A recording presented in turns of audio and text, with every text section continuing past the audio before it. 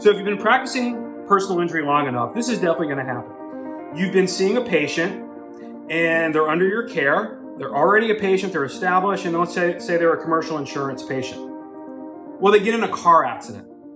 And did they call you about it? No. They go and hire an attorney. And they hire an attorney that you don't really know. And once that happens, this is a new event, right? An MVA is a new event. In other words, let's say that you were treating them from a previous car accident and they had a new car accident.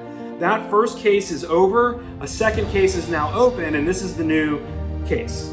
So in this example, you're treating a patient, they're paying with commercial insurance, now they have a car accident, and they go hire an attorney that you don't have a relationship with. You reach out to the attorney, says, hey, I'm Dr. Slater, I've got your patient here, I'm treating it, and they've been in a car accident, but they've been under my care, so we're gonna open up a lien on this case. And the attorney said, okay, that's fine, but then the attorney calls back later and says, we want you to bill the health insurance. Okay, what do you do?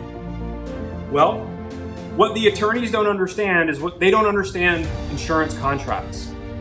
So what you can say is, Mr. Attorney, first of all, auto is primary. Auto insurance is primary in a car accident in most states. Secondly, I have a contract with the insurance company. If they checked they were in a car accident on the paperwork, I have to write that down because auto is primary. Secondly, if I do bill the if I do bill their health insurance, the patient is going to be responsible for any unmet deductibles, and they're going to be charged for every copay every time they come into the office. Most patients don't want to come out of pocket for a personal injury case, and this is usually going to solve that issue. Secondly, if you do decide to use health insurance, you are bound by the fee schedule that you signed up contractually with the health insurance company. So you may be getting $30 a visit. And in most states, you can't balance bill after the settlement. Meaning, I got paid $300 from the insurance company, but I have a $3,000 bill because that wasn't covered by the insurance. You can't bill the balance at settlement time because that's illegal. Now, in most states you can. In some states you can, in most states you can't.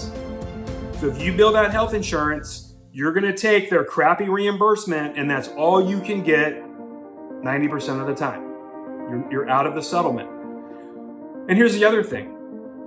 The attorneys don't care if you get kicked out of network, and they don't care if you go to jail.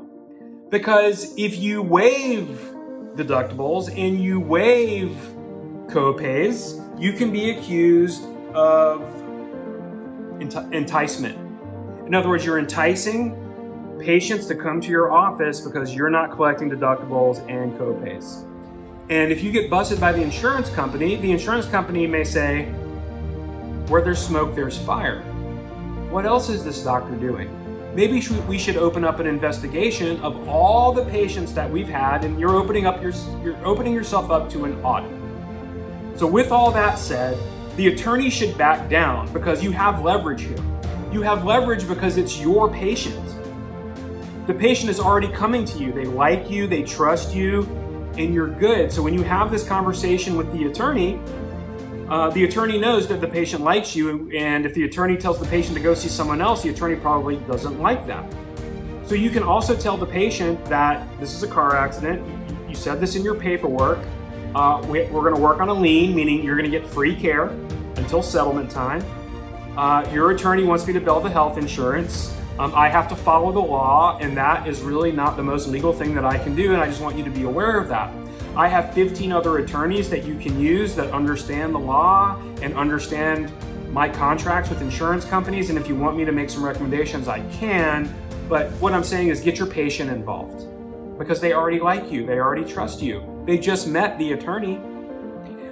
So that's your spiel if these attorneys want you to bill health insurance, because what they're trying to do is make more money for themselves and just screw you. They know you're gonna get 40 to 50 cents on the dollar by billing commercial health insurance. But when you get the lien, you can bill your full fee that commercial insurance pays 30 or 40% on. You can bill the full fee and wait for settlement on the full fee. Again, this is all about the relationship.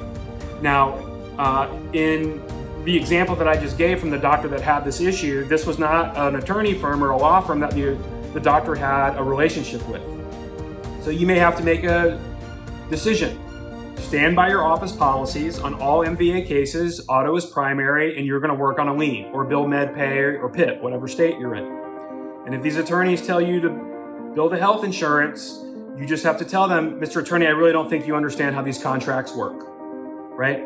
If this is a car accident and I bill commercial health insurance, I can be kicked out of the plan and open up an investigation into my entire practice. And that is not what I am going to be doing. So you may have to, I'm just talking to you doctors, this may not be worth a case that you want, but talk to the patient, work it out. But that's my spiel. The bottom line is these attorneys don't care if you get kicked out of the network or go to jail. They don't care. They care about them. So it's all based on your relationship. If that is how the attorneys are acting right out of the gate and you don't have a relationship with them and you've never met them before, plenty of attorneys out there that don't work in the gray area, that play by the rules and will do it the right way. Go find some of them. Thank you so much for listening to this video. Like and subscribe to my YouTube channel for more videos. I produce a video every week. Thanks so much. See you next week.